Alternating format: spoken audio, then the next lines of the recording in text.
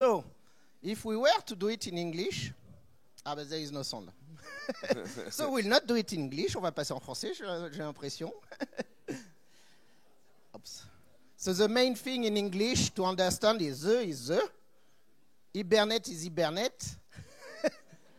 Cloud is Cloud. Heroku is Heroku.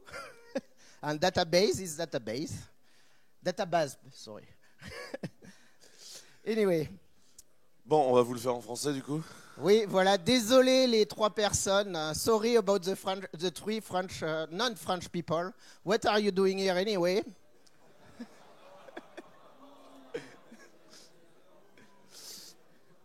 No, we welcome everyone. Donc on va continuer en français, j'ai l'impression. Non, qui vote contre? Qui ne veut pas continuer en français? Ah, there is three people.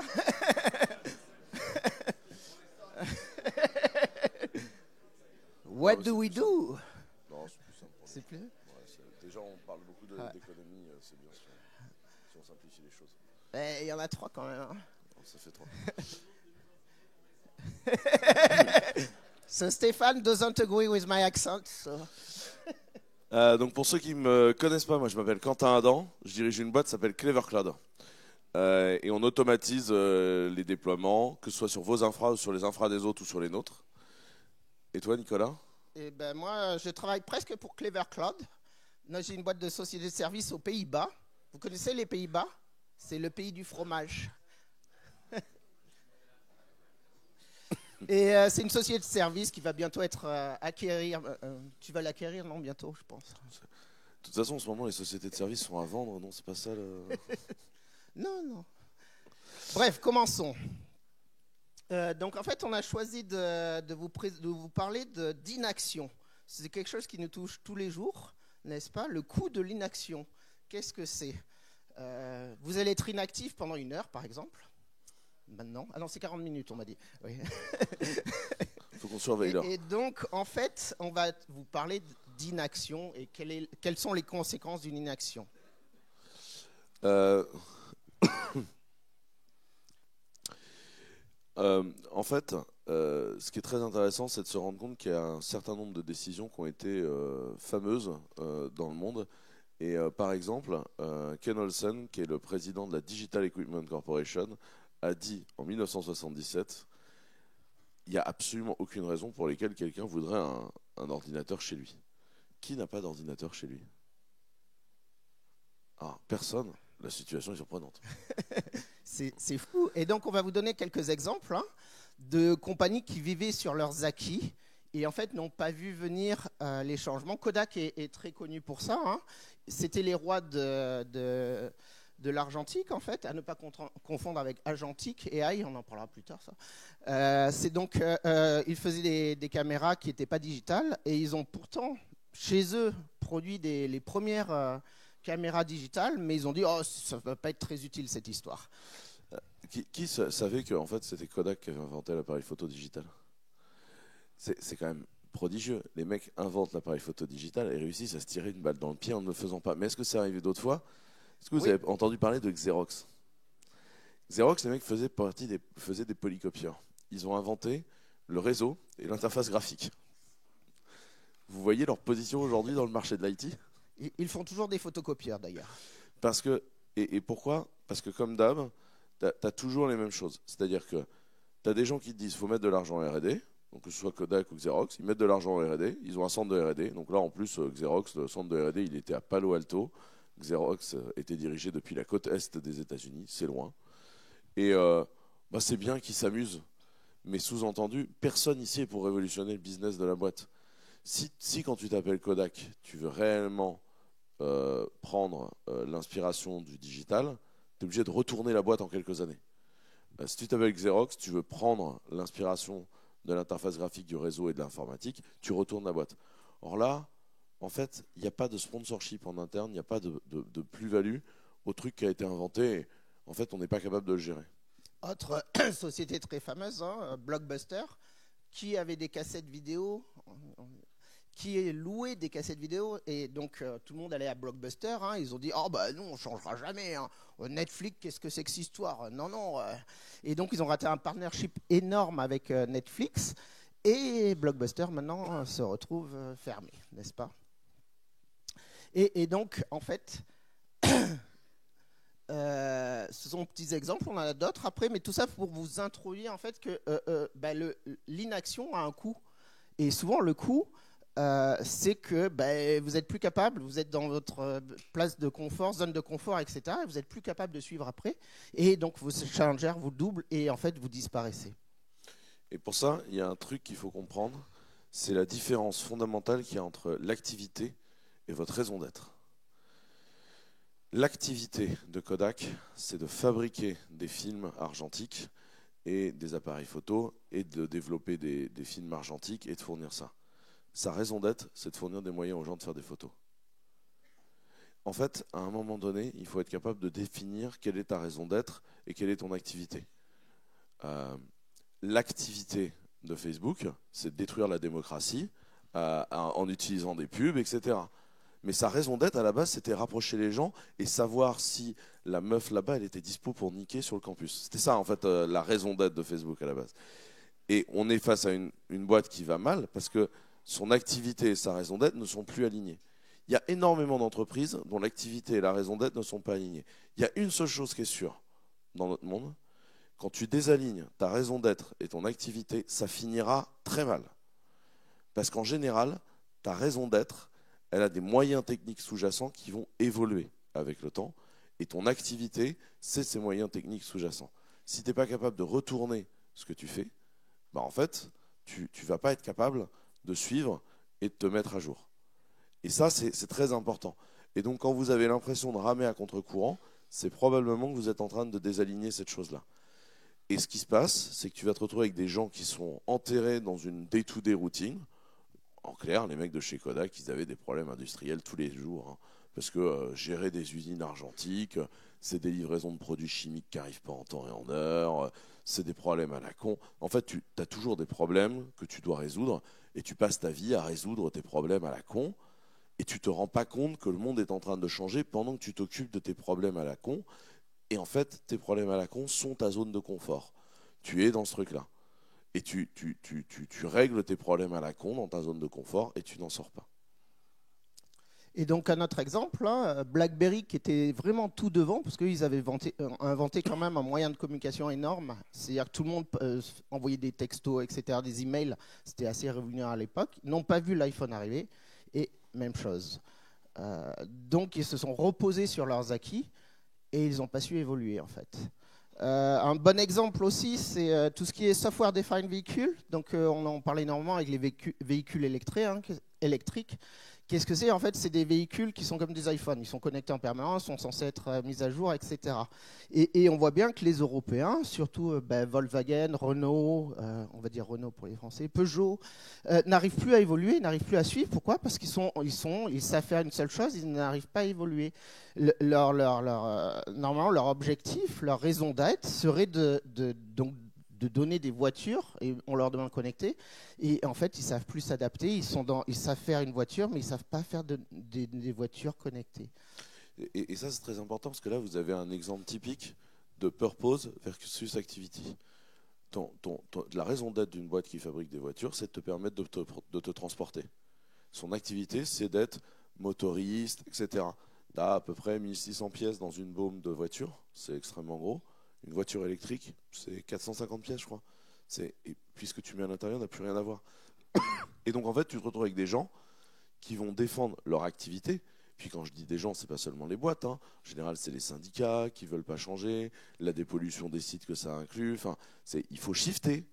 Et en fait, ce shift, il n'a pas lieu parce que tu es dans ta zone de confort à régler tes problèmes et tu te retrouves avec tout un continent emmerdé parce qu'il faut qu'on vende des Volkswagen à des gens qui ne veulent plus en acheter. Et c'est extrêmement compliqué, c'est purpose versus activité. Là, je ne sais pas si vous avez compris, mais en France, globalement, on ne vend pas grand-chose. On vend vaguement du luxe. On vend des armes de luxe aussi. Et puis, des beaux Rafales, ils sont tout neufs. Ouais, Puis comme ils savent tirer que du MBDA et qu'on n'est pas capable de ramp up la production, on est bien, tu vois. Mais sorti de ça, on a un truc, c'est qu'en fait, on fait du tertiaire. Qu'est-ce qui est en train de se passer? Qu'est-ce qui est en train d'arriver là, que tout le monde dit « Oh, ça ne me concerne pas ». Oui, le mot à la mode. En fait, qu'est-ce que c'est qu'une révolution industrielle? Je vais essayer d'aller très vite sur ça. Oui, ce sera un peu plus que 40 minutes. C'est le moment où tu prends 60 bonhommes qui faisaient un truc, tu leur files des outils et ils sont plus que 10 pour faire le boulot. Ça implique un autre truc qui est très important que les gens ont oublié. Si tes outils de production génèrent de la valeur intrinsèquement plutôt que juste prendre de la marge au-dessus du travail des gens, ça veut dire que tes outils de production génèrent de la marge. Ça veut dire que, par exemple, tu pourrais emprunter de l'argent pour acheter tes outils de production avant qu'ils te génèrent de la marge qui te permet de rembourser. Parce que là, on est en train d'assister au 19e siècle à la création du capitalisme moderne et à la financiarisation des outils de production, oui. C'est-à-dire qu'au moment où tu inventes la machine à vapeur et le truc de web avec les deux boules, là, qui est le premier PID, qui fait la première automatisation dans quelque chose, quelque part, vous programmez la crise des subprimes 200 ans plus tard, parce que la financiarisation n'est jamais que l'enfant de ces choses-là. Et qu'est-ce qui se passe aujourd'hui là-dedans? En fait, les outils de production, ils sont créés où aujourd'hui? Le fameux truc qu'on appelle les outils de production. Et c'est ça le sujet. Quelque chose aussi très important. Hein. Donc, on parle de coût de l'innovation et on ne parle pas de retour sur investissement. Retour sur investissement, c'est-à-dire qu'on programme quelque chose et donc on espère gagner de l'argent après. C'est-à-dire que, par exemple, je vais investir dans ça et si j'investis 10 dans ça, je pense que ça va marcher, j'aurai 100. Le coût de l'innovation, c'est tout le contraire. C'est-à-dire, si on ne fait rien, qu'est-ce qui se passe? Combien ça va me coûter? Et on parle vraiment de ça. Hein. C'est-à-dire que en fait, le coût de l'inaction, c'est les choses ratées, les choses qu'on n'arrive pas à faire parce qu'on ne fait plus rien, en fait, qu'on n'arrive pas à avancer. Donc, en fait, ça, le coût de l'innovation, n'est-ce pas? Dans le temps, en fait, plus on attend, plus ça monte. C'est-à-dire que si on, par exemple, si on attend 10 ans pour changer ses applications Struts, n'est-ce pas? Qui a des applications Struts encore? Voilà, il y en a qu'un. Mais je peux vous dire que maintenant, ça va coûter beaucoup plus cher qu'il y a 10 ans. Énormément plus cher. Pourquoi? Parce que le savoir part, etc. On ne sait plus quoi en faire. Il faut tout moderniser d'un seul coup. Et en général, là, pour Struts, pas de chance, c'est un big band. Hein. Et donc, ça a des coûts énormes, alors que si on l'avait fait au fur et à mesure, le coût aurait été marginal. C'est juste un exemple IT, hein, mais c'est valable pour tout, en fait. Donc, il faut bien faire attention. Le coût de l'inaction a un coût énorme, plus on attend. C'est ce que ce graphe montre. Hein. Plus on attend, plus ça va coûter cher. C'est juste un point qui est important, c'est que la dette, ce qu'on appelle la dette technique, qui n'est pas un terme que j'aime beaucoup, fait perdre de l'innovation. Et donc du coup, le problème, c'est quand tu lacks d'ownership dans une organisation, en fait, tu n'es plus capable de prendre ça. En fait, c'est pareil, plus on attend, plus on accumule, plus il est dur de changer. Et en fait, pourquoi? Et moins on peut innover. Pourquoi? Parce qu'en fait, on passe son temps à fixer de la dette, en fait.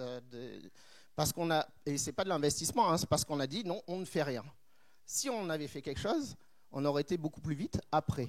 Et en fait, c'est cette histoire de coût de l'innovation, donc on n'innove plus, donc on reste sur place. Et donc, plus on attend, plus ça va coûter, en fait.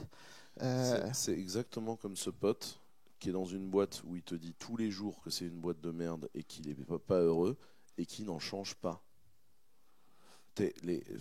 Moi, j'ai juste un truc sur lequel je veux qu'on soit clair. On bosse dans l'IT. Il y a du boulot partout. Un peu moins maintenant. Mais... Oh, c'est un tout petit peu plus calme en ce moment. Ça reste très possible de bouger, et notamment les gens les plus brillants bougent très facilement. Il y a quand même des boîtes qui offrent des sign-up bonus de 1 million quand tu bosses dans l'IA, donc tout va bien. Si vous êtes dans une boîte dans laquelle vous n'arrivez pas à être à votre plein potentiel, cette boîte est en train de vous faire perdre de la valeur sur le marché. Un bon employeur, vous y rentrez, vous gagnez de la valeur sur le marché, et quand vous sortez, vous valez plus cher que quand vous y êtes rentré. Moi, tous les gens qui sont passés chez Clever, ils ont pris de la valeur sur le marché. Les gens qui travaillent à l'Inatech, n'écoutez surtout pas ça. Si tu es en train de perdre de la valeur sur le marché, c'est que ton employeur est en train de te détruire et c'est qu'en fait, tu es en train de faire un mauvais choix de carrière. Et c'est exactement la même chose. Tu es censé prendre de la valeur chez ton employeur. Si ce n'est plus le cas, tirez-vous, allez ailleurs. Faites des projets open source pour repumper votre CV et allez ailleurs. C'est urgent. Et en fait, c'est ce qu'on dit. Hein. Donc, c'est le coût de l'innovation est partout, en fait, pour votre carrière aussi. Si vous attendez, oui, il va bien se passer quelque chose. Hein. Ça fait 10 ans que j'attends mon bonus pour être promu. Ça va se passer cette année. Ah ben, oui, il y a des chances que si vous faites rien, ça ne passe pas. Donc oui, c'est exactement ce qu'on disait. Hein. L'inaction est souvent beaucoup plus chère que d'essayer et en fait d'essayer de se rater très rapidement. Parce qu'on attend, et finalement, plus on attend, plus il n'y a plus de micro. Ah si. Et plus on se rouille, je dirais, et donc moins, c'est ce qu'il disait Quentin, et moins cher on vaut en fait pour soi-même, et plus on stoppe, on n'avance plus. Et en fait, c'est exactement. Donc il y a un choix à faire, et ne pas faire de choix justement est aussi un choix. Prenons des exemples simples.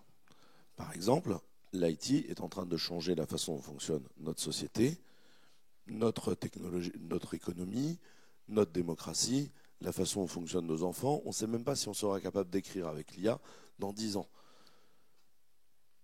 La ministre en charge de ça est dans un ordre protocolaire qui ne lui permet pas de parler au Conseil des ministres. On va investir 250, 300 millions cette année en tant que pays dans la construction du futur du cloud adapté à l'IA. Dans le même moment, on va aller emprunter sur les marchés financiers 40 milliards d'euros cette année juste pour payer les retraites. Voilà, ça c'est le coût de l'inaction. Tu sens que là tu t'occupes du futur, là, tu vois. Ne pas faire un choix, c'est faire un choix. En général, c'est faire le choix le plus mauvais possible. Ne rien faire, c'est ça. Vous savez, il y a un très célèbre politique français qui a dit « Il n'y a rien qu'une absence de décision ne va pas régler tout seul ».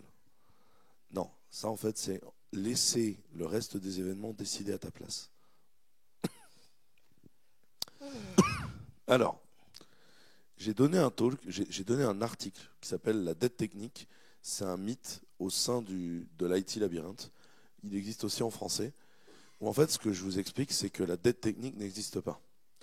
Je vais m'expliquer tout de suite pour que tout le monde comprenne ce que je veux dire par là et pourquoi c'est important. Parce que quand vous allez parler à votre board ou à votre décisionnel, vous avez besoin d'avoir des vrais mots de finance dans la bouche.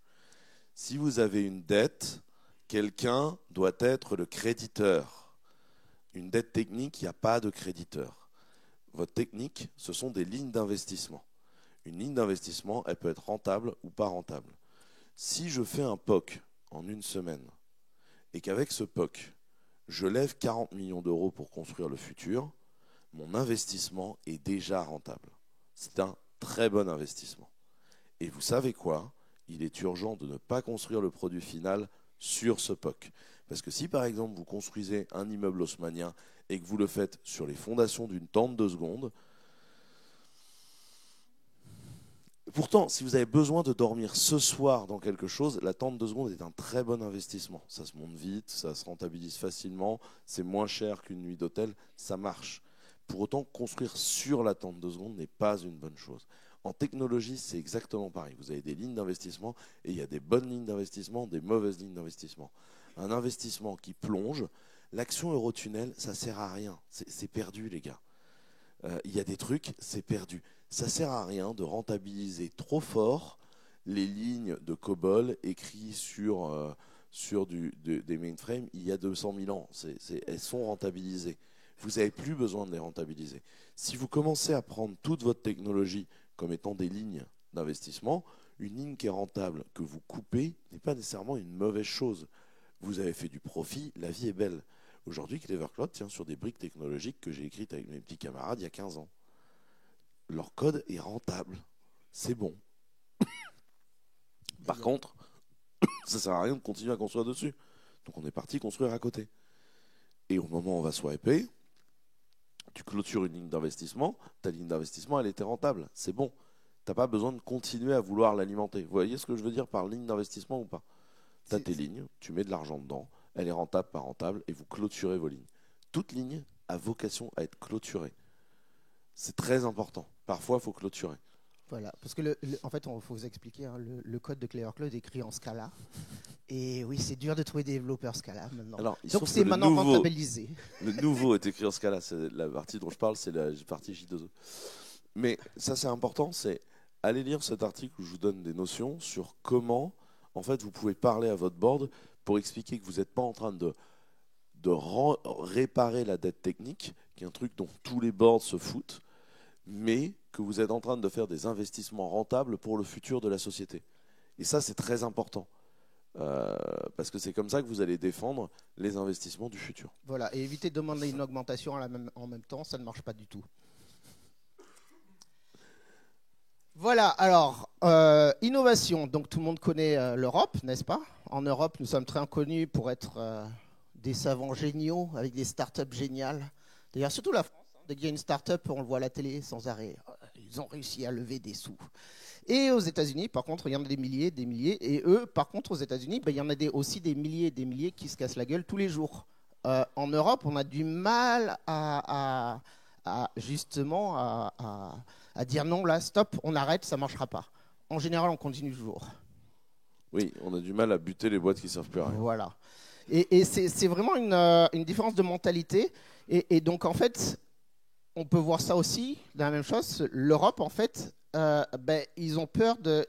Il ne faut rien changer, n'est-ce pas? Surtout pas changer, et surtout pas changer vite. Et c'est une forme d'inaction. Et en contraire, aux USA, on encourage le risque. Hein. Après, c'est deux philosophies différentes, peut-être trop d'ailleurs. Mais c'est normal, et on dit, voilà, eux, ils ont pris un risque, c'est normal qu'ils soient payés beaucoup plus. Alors qu'en Europe, on va dire oula, il est beaucoup trop payé, etc. Et donc, c'est deux philosophies différentes. Et on va bien voir sur. Qui est sous-tendu par un autre truc d'analyse purement économique. Schlumpeter, qui est un grand économiste, a défini qu'en fait, les boîtes grossissent, vivent et meurent. Ça, c'est le graphe qui doit le plus vous faire paniquer. C'est la création de boîtes sur les 50 dernières années qui ont eu une market cap, donc une valorisation en bourse, de plus de 10 milliards sur les 50 dernières années US-Europe. Vous voyez bien un petit peu le problème, hein. C'est-à-dire on n'a pas du tout la même façon de penser. Eux, ils peuvent mettre de l'argent, enfin en général, ils n'ont pas de problème du moment que ça va vite et qu'ils ont un retour sur investissement. Donc en fait, eux, ils sont toujours en train d'innover. Parce que ça fait partie de leur philosophie. Ils ne sont jamais statiques. Schlumpeter appelle ça la destruction créatrice, en fait. C'est le terme, c'est destruction créatrice. Nous, on va avoir tendance à dire, on veut maintenir les emplois. En fait, une boîte qui n'a plus de raison d'être parce qu'elle a trop désaligné son purpose et son activity, en fait, sa marge va mécaniquement s'effondrer et il faut arrêter. Et quand tu te retrouves avec des boîtes qui vendent des bagnoles sur lesquelles ils font en tout et pour tout 400 balles de marge et qui sont subventionnés comme des porcs pour maintenir de l'emploi, ça n'a aucun sens parce que cet argent-là, tu ne le mets pas dans ton innovation. Un des points qui est important à comprendre dans la destruction créatrice, c'est que tu dois permettre à tes petites structures de vivre. Vous savez, il y a une loi qui est très intéressante aux États-Unis qui s'appelle le Small Business Act. Le Small Business Act dit quoi? Elle dit que tu dois, en tant que grande entreprise ou public, tu dois acheter à tes PME locales une partie de tout ce que tu achètes. C'est un truc qu'on ne fait pas en Europe, et notamment on a du mal à avoir des boîtes qui sont achetées. Et ça, c'est un truc qui est très important, c'est que pourquoi aussi on n'arrive pas à faire grossir nos boîtes? Parce qu'aujourd'hui, une boîte comme Orange, ou Amadeus, ou la SNCF, quand tu leur dis j'ai une solution à votre truc, c'est une boîte, on est 200, on a bien bossé, on a grossi, la première réaction d'un Orange, c'est de dire je vais prendre 10 ingénieurs en interne, on va refaire ce que vous avez fait. C'est pas d'acheter la boîte. Alors que la réalité, je vais vous confier quelque chose d'un peu personnel. Régulièrement, des gens me demandent pourquoi je ne vends pas Clever Cloud. Et je vais vous répondre à cette question-là de façon très sobre. Je ne vends pas Clever Cloud parce qu'il est impossible que j'ai la même chance pour créer de l'innovation, de la force, de la dynamique, telle que je l'ai fait chez Clever, une deuxième fois. Parce que parfois, tu as de la chance, tu as du génie, tu as des choses qui se mettent ensemble, et tu ne les auras pas une deuxième fois. C'est pour ça que c'est compliqué, les gens qui recommencent les boîtes, ils se rendent compte que c'est compliqué, parce que l'alchimie est compliquée à refaire. Et ça, c'est quelque chose d'important. Les grosses structures qui n'achètent pas de petites se privent des coups de génie des petites structures innovantes. Et ça, c'est très important à comprendre. C'est pour ça qu'il faut switcher sa mentalité sur le sujet. Parce que ça donne ce résultat-là. Voilà. Et là, on le voit bien, hein, qu'est-ce qui se passe? Les États-Unis, parce qu'ils ont une culture de non, on va jamais être statique. Si jamais ça marche pas, on arrête et on reprend, on continue autrement, etc. Alors qu'en Europe, nous, on est là, non, il faut continuer, gardons les emplois. Non, non, c'est très important. Non, surtout ne rien changer. Enfin, plus, c'est la spécialité. Hein. Tout le monde veut que ça change, du moment que ça change pas pour eux-mêmes. C'est très compliqué de faire ça. Hein. Vous voyez le moment où on décroche? Le milieu des années 2000. C'est la digitalisation. C'est un truc qu'il faut comprendre. Dans notre monde, on est un pays émergent dans le digital. En fait, on fait partie du Sud global. On est en train de louper la révolution industrielle de la prestation intellectuelle, et c'est maintenant qu'il faut corriger le tir. Ce qui nous a rendus riches en tant qu'Européens au XIXe siècle, en dehors du fait qu'on ait pillé les ressources des pays qu'on a colonisés. Mais la réalité, c'est pas ça qui nous a rendus riches. Ça, c'était pas bien de le faire, mais c'est pas ça qui nous a rendus riches. Ce qui nous a rendus riches, c'est l'industrialisation. C'est le moment où pour faire le boulot de 60 personnes, on en avait 2. Et ça rend très, très, très, très riche. Aujourd'hui, est-ce qu'on est capable de faire la même chose dans la prestation intellectuelle? C'est ça la question qu'il faut poser. Et cette question-là, ce graphe-là, il devrait vous faire peur. J'ai une autre chose. Est-ce que vous savez ce que c'est que la balance des paiements courants? Globalement, c'est l'argent qui rentre, l'argent qui sort de ton pays. Est-ce que vous savez depuis quand on est déficitaire? Qui pense que c'est avant les années 70? Les années 70? C'est après. Les années 80? Oui. Les années 90? Oui. Les années 2000? C'est ceux-là qui ont raison. 2005, on est devenu déficitaire. Vous savez ce qui nous embarque? Le digital. C'est toujours la même réponse. On est en train de louper la révolution industrielle la plus importante et on le fait. Et voilà, vous avez des courbes comme ça et là, vous devriez avoir peur. Il va falloir qu'on accélère, par contre. Vas-y. Alors, oui, donc on va parler. Notre truc, un coup de l'inaction, on a bien vu sur tout ce qui est cloud, AI, social media, l'Europe est complètement absente. Pareil, en fait, les startups, on n'y arrive pas. Pourquoi? Parce qu'on n'est pas capable de... la France a investi combien? 300 millions d'euros dans le cloud, c'était aux années 2000. On dit, Orange et Capgemini, vous allez faire le meilleur cloud au monde. Et il y a un autre consortium. Il ne s'est rien passé et on a attendu 3 ans, dire, non, finalement, ça ne marchait pas. Pourquoi? Parce qu'on n'est pas capable de dire, non, on s'arrête rapidement. Et on va continuer à innover. Nous, on ne sait pas faire, en fait. On attend. Ah oui, on va innover. Et après, on dit, non, mais c'est parce que ça coûte tellement cher. Regardez, ils ont mis des milliards. Oui, ils ont mis des milliards, mais pas au départ. Au départ, ils ont mis quelques millions et ils ont vu que ça marchait et donc ils pouvaient continuer parce que les gens allaient gagner beaucoup d'argent, en fait. C'est ça.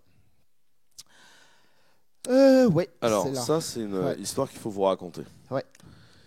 Ça, c'est 2 graphes. Vous avez le rapport le produit intérieur brut par habitant entre le Maroc et la Corée du Sud.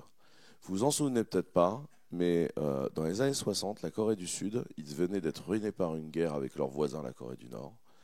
Et ce qui se disait, c'est on est parti pour envoyer des sacs de riz en Corée du Sud pour toujours.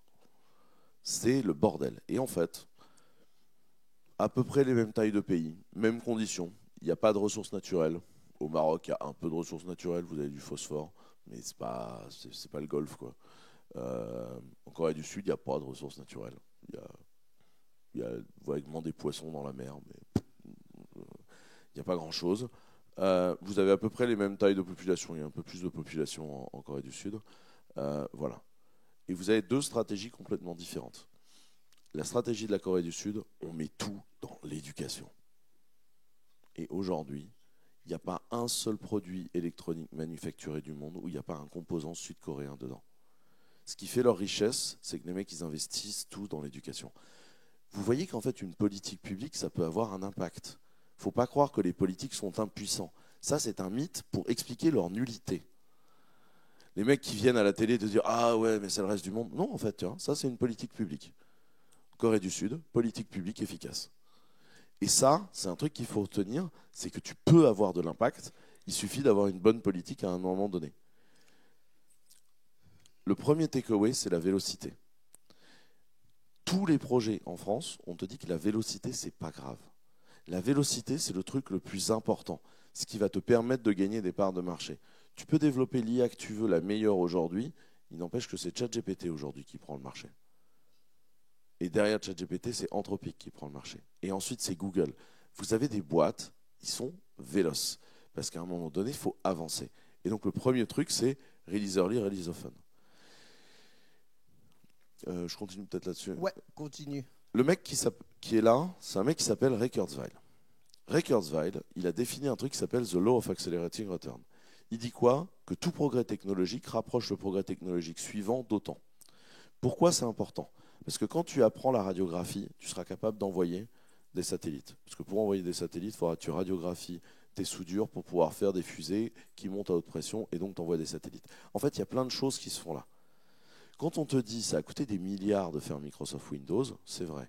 Aujourd'hui, recoder un kernel et une interface graphique, ça ne coûtera pas des milliards. Ça coûtera quelques centaines de millions. C'est beaucoup d'argent, mais ça reste ridicule comparé au coût que ça a coûté au début. Et c'est le point qu'il faut comprendre. C'est-à-dire que la science, c'est une structure qui en fait subit une accélération. Et ta progression technique fait qu'en fait c'est facile de rattraper. Et là, tu te rends compte que l'informatique, en fait, c'est une chaîne de valeur industrielle. L'IA, c'est quoi? Pourquoi il y a eu un deal entre OpenAI et Microsoft? Parce que les mecs voulaient utiliser Microsoft Azure pour pouvoir faire leurs calculs. Faux. Absolument pas le sujet au début. L'index de Bing, la data de LinkedIn pour faire les entraînements. C'est ça la valeur numéro 1 de Microsoft. Et après, ils avaient des cartes de calcul.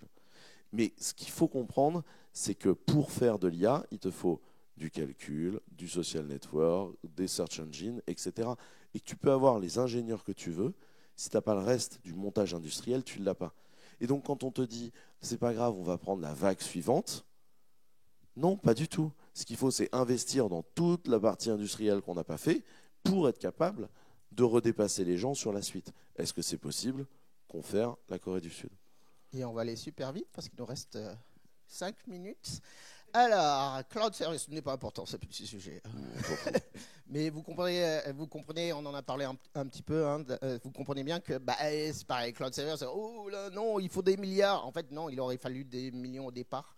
Et se dire, oui, ça y est, c'est bien, ça devient rentable, il faut aller vite, etc. Et ça, on a du mal à faire. C'est la slide que tu as ajoutée. Donc, Vous vous souvenez du Villani? Il a écrit un rapport en 2018 qui décrivait exactement comment tout allait se passer dans l'IA. Brillant, ce mec est brillant. Vous savez ce qu'on en a fait au gouvernement? On a calé une peuple. Voilà. Ça, c'est le coup de l'inaction. C'est-à-dire qu'on savait ce qui allait se produire. Tu as des ingénieurs français dans tous les projets d'IA du monde. On avait tout, on n'a rien fait. Non, mais tu auras ta retraite à la fin de l'année. Donc, oui, revenons à vous êtes la plupart des ingénieurs de développement de logiciels.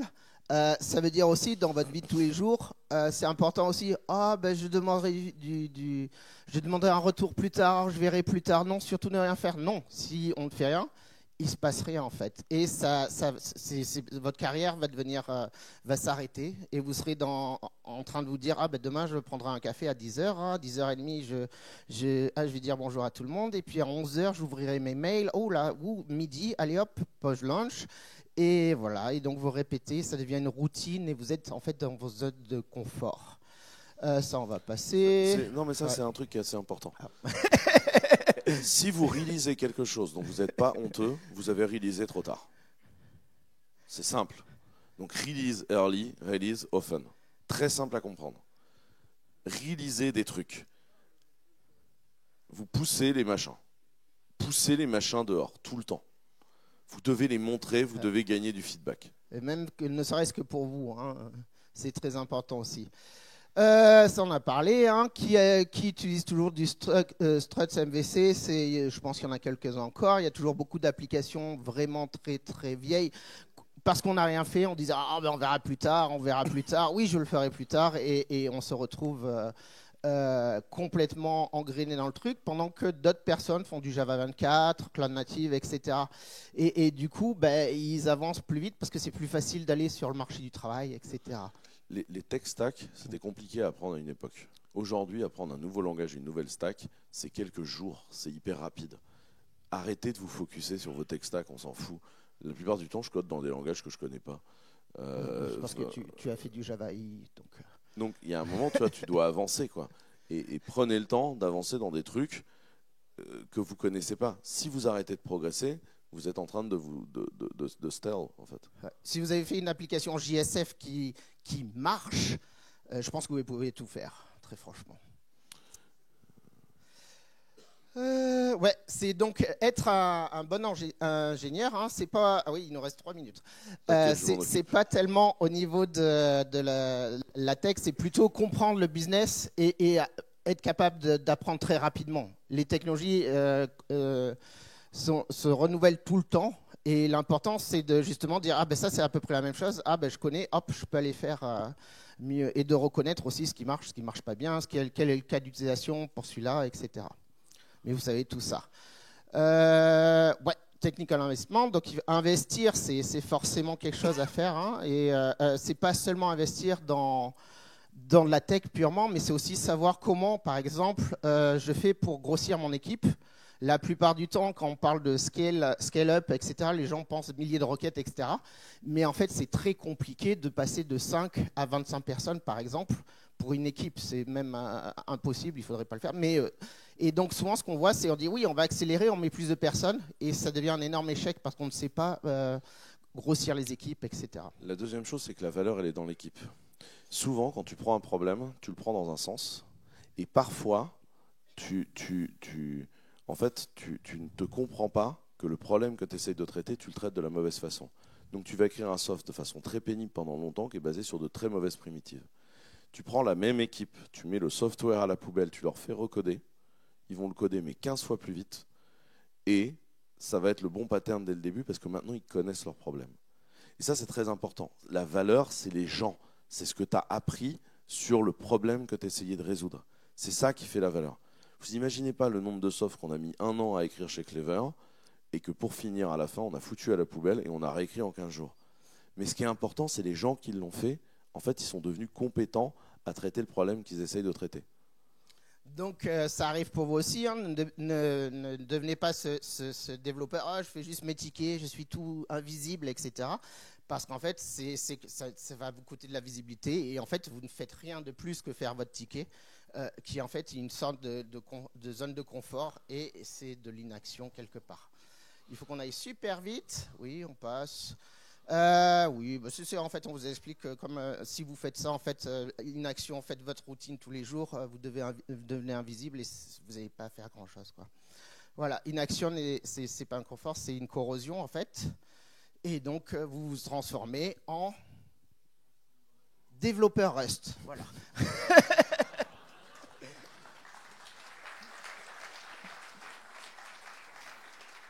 On va essayer de faire super vite parce que là, ils nous attendent. Donc, tous les hot topics en ce moment, c'est quoi? C'est cybersécurité. Aujourd'hui, il faut changer tous les paradigmes. Tous les paradigmes qui passaient leur temps à dire si on laisse du code pourrir au soleil pendant 10 ans, alors il sera sécurisé, c'est pas vrai. Il faut changer tous les points de vue sur la cybersécurité et on est tous en danger parce qu'on a des mauvais patterns de cybersécurité. La souveraineté européenne, vous en faites ce que vous voulez, mais soit vous voulez vivre en Europe. Et dans ces cas-là, on a intérêt à pouvoir maintenir notre niveau de vie. Et ce n'est pas avec une balance des paiements courants négative qu'on va maintenir notre niveau de vie. Donc à un moment donné, si on ne travaille pas tous ensemble à créer de la valeur sur le territoire, on va avoir un gros problème. Donc on va tous acheter des bitcoins. Si aujourd'hui, vous ne vous préoccupez pas rapidement de l'IA, vous avez un problème. Qui utilise l'IA tous les jours? C'est pas mal. Ça s'améliore. Ouais. Vous pouvez écrire vos messages de commit, la documentation, du code. Vous pouvez vous en servir pour savoir où agir dans le code. Aujourd'hui, vous devez utiliser de l'IA day-to-day parce que c'est les outils de production pour développeurs. Ce qui va se passer, c'est que les gens qui prennent l'upscale de capacité de production maintenant vont devenir plus intéressants que les autres petits camarades plus tard. C'est ça, c'est un outil qui vous permet d'être super développeur en fait. Et attention, il y a combien? Il y a 1 milliard d'Indiens, hein, il doit y en avoir 500 millions qui codent. Et avant, ils utilisaient Stack Overflow, maintenant ils vont utiliser Anthropic et ils vont devenir vraiment meilleurs. Donc il va y avoir une énorme compétition et on va voir on va pouvoir produire beaucoup plus grâce à l'AI en fait. En fait, on a essayé de vous dire aujourd'hui, c'est l'absence de décision et pas faire des choses pour bouger, ça a toujours des conséquences et les conséquences sont toujours dramatiques. Elles sont dramatiques pour votre carrière, elles sont dramatiques pour le pays, elles sont dramatiques pour les organisations ou les sociétés dans lesquelles vous travaillez. La seule chose qui est importante, c'est d'être capable de bouger, de se reposer la question de quelle est ma raison d'être par rapport à mon activité, est-ce que c'est aligné, est-ce qu'on fait des choses efficaces. Et si vous arrivez à répondre à ces questions-là, vous êtes bien. Si vous êtes engrainé, faites un premier pas et désencrassez-vous, mettez du WD-40. Vous demanderez à Mathieu Pasneau comment on trouve. C'est la dernière slide, donc tout va bien. C'est vraiment, remettez-vous en cause en fait. Demandez-vous pourquoi vous faites quelque chose. Est-ce que c'est utile? Est-ce que ça correspond vraiment à la vision de l'entreprise? Est-ce que ça correspond à votre vision? Mais surtout, ne restez pas à rien faire parce que sinon, on va tous se retrouver dans un bordel pas possible. J'ai essayé d'utiliser des mots très financiers ici. Ça correspond à autre chose. Le leadership, en France, il n'est pas assez tech. Et en tant que tech, si vous voulez aider à sauver le pays, en fait, vous devez prendre du leadership. Prenez le temps d'apprendre le langage de nos leaders actuels. Prenez le temps d'aller leur parler, parce que c'est comme ça que vous pourrez les convaincre de faire bouger les choses. Et c'est pour ça que souvent, moi, je donne des confs maintenant où j'explique des points très structurés d'économie ou de stratégie, parce qu'en fait, en tant que dev, vous devez les permettre de bouger. Et pour vous convaincre, je vais juste donner ce parallèle. Vous savez quel est le seul point commun entre Steve Jobs, Eric Schmidt, Elon Musk, Mark Zuckerberg, Bill Gates?